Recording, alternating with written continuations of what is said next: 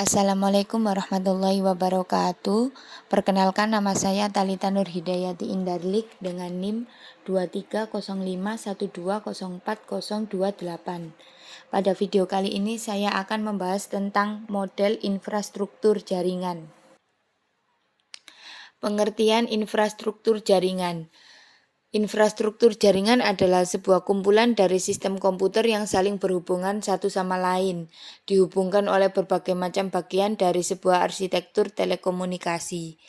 Jaringan komputer adalah sebuah kumpulan komputer dan peralatan lainnya yang terhubung dalam satu kesatuan. Sedangkan sistem terdistribusi adalah suatu sistem perangkat lunak yang dibuat di atas sebuah jaringan.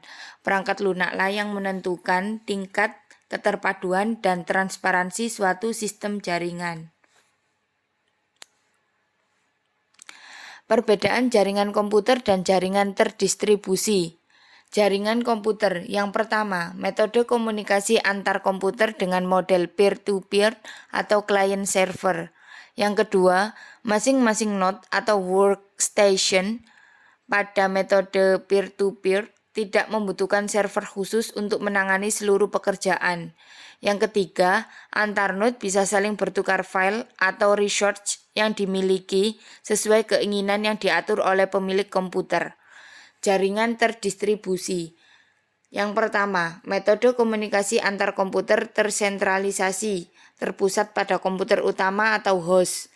Yang kedua, masing-masing terminal membutuhkan host komputer utama untuk dapat aktif melakukan pekerjaan dan berkomunikasi dengan terminal lain. Yang ketiga, antar terminal tidak dapat saling sharing file atau resource tanpa campur tangan host, supervisor host. Data center. Data center dikenal sebagai pusat data. Data center adalah fasilitas fisik yang digunakan untuk menempatkan sistem komputer dan komponen terkaitnya, seperti sistem telekomunikasi dan penyimpanan data atau database. Data center berperan sebagai repositori terpusat bagi kepentingan suatu institusi, menyimpan dan mengelola berbagai jenis data dalam skala besar. Hal yang perlu diperhatikan dalam mengelola data center adalah keamanan, suhu ruangan, pemrosesan, listrik, dan lain-lain. Pembagian jaringan berdasarkan jangkauan geografisnya dibagi menjadi 4. Yang pertama, PAN, Personal Area Network, adalah jaringan dari satu komponen ke komponen lain, contohnya Bluetooth, IRDA. Yang kedua, LAN, Local Area Network, adalah jaringan dalam cakupan ruangan, contohnya lab komputer. Yang ketiga, MAN, Metropolitan Area Network, adalah jaringan dalam cakupan kota atau wilayah, contohnya jaringan Surabaya dan Malang. Yang keempat, WAN, Wide Area Network, adalah jaringan dalam cakupan luas ke berbagai negara atau mendunia, contohnya jaringan Indonesia dan Malaysia. Jaringan berdasarkan aksesnya dibagi menjadi 2. Internet. Yang pertama, jaringan global yang menghubungkan jutaan komputer seluruh dunia. Yang kedua, memiliki tingkat keamanan yang lebih rendah karena dapat diakses oleh siapa saja. Yang ketiga, digunakan untuk berbagai tujuan termasuk komunikasi, pendidikan, bisnis, dan hiburan. Yang keempat, memerlukan www. Intranet. Yang pertama, jaringan pribadi yang hanya digunakan dalam lingkup tertentu. Yang kedua, memiliki keamanan yang lebih tinggi karena hanya dapat diakses oleh pengguna yang memiliki izin. Yang ketiga, digunakan untuk keperluan internal organisasi seperti berbagi informasi, pengelolaan sumber daya, dan kolaborasi antar karyawan. Yang keempat, tidak memerlukan www. Jaringan berdasarkan cara membangunnya dibagi menjadi 2. Jaringan ad hoc adalah jenis jaringan yang bersifat sementara dan dibangun tanpa menggunakan infrastruktur tetap seperti router atau access point. Karakteristiknya, tanpa router, dinamis, mudah dibangun. Jaringan infrastruktur adalah jenis jaringan yang dibangun menggunakan perangkat keras tetap seperti router, switch, dan access point. Karakteristiknya menggunakan perangkat tetap, stabil, dan terstruktur. Topologi jaringan dibagi menjadi 6. Yang pertama, topologi bus. Yang kedua, hierarkial topologi. Yang ketiga, topologi star. Yang keempat, topologi ring. Yang kelima, topologi mesh. Yang keenam, topologi extended star. Kelebihan dan kekurangan topologi jaringan. Yang pertama, topologi bus. Kelebihannya, biaya instansi yang sangat murah karena hanya menggunakan sedikit kabel. Kekurangannya, jika salah satu kabel pada topologi jaringan putus atau bermasalah dapat mengganggu klien lain. Yang kedua, hierarkial topologi. Kelebihannya, topologi ini memungkinkan pengelolaan jaringan yang terstruktur dan efisien. Kekurangannya, membangun topologi ini mungkin memerlukan investasi awal yang lebih besar karena kebutuhan perangkat keras tambahan seperti hub dan repeater. Yang ketiga, topologi star.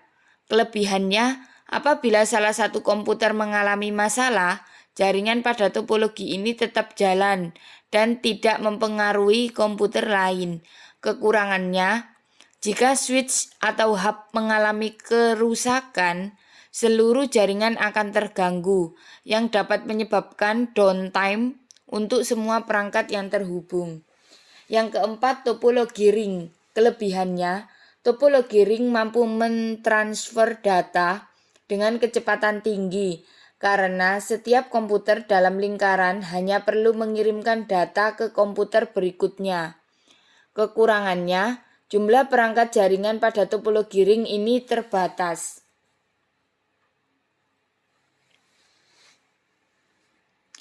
Yang kelima, topologi mesh.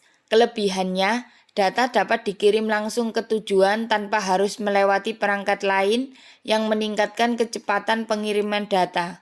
Kekurangannya, jumlah kabel yang diperlukan sangat banyak, membuat biaya pemasangan dan operasional menjadi lebih mahal. Yang keenam, topologi extended star. Kelebihannya, extended star topologi menawarkan kinerja yang lebih baik dibanding dengan topologi bus karena tidak ada transmisi pesan yang tidak perlu di seluruh jaringan. Data hanya dikirim antara node sumber, hub pusat, dan node tujuan. Kekurangannya, jika hub pusat mengalami kerusakan, seluruh jaringan akan terputus dan tidak dapat berfungsi.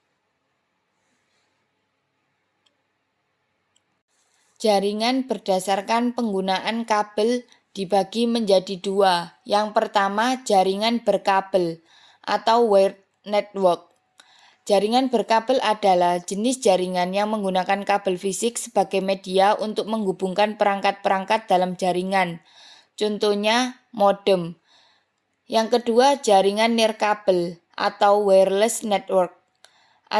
Jaringan nirkabel adalah jenis jaringan yang memungkinkan komunikasi antar perangkat tanpa menggunakan kabel. Contohnya Wi-Fi dan Bluetooth. Jaringan berdasarkan siarannya atau castingnya dibagi menjadi 3. Yang pertama, unicast 1-1. Unicast adalah metode pengiriman data dari satu pengirim ke satu penerima secara langsung. Contohnya pengiriman email dari satu pengguna ke pengguna lain. Yang kedua, multicast 1 ke grup.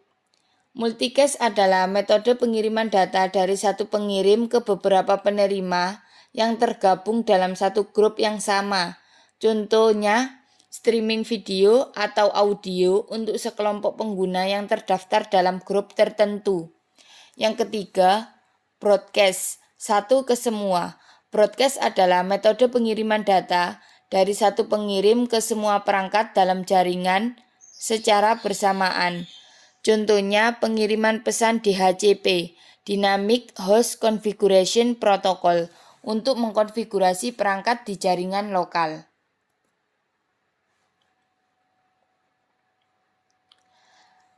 Kesimpulan, infrastruktur jaringan yang baik adalah fondasi bagi komunikasi dan pertukaran data yang efektif dan organisasi. Memahami berbagai jenis jaringan, topologi, serta kelebihan dan kekurangan masing-masing sangat penting untuk merancang sistem yang memenuhi kebutuhan spesifik.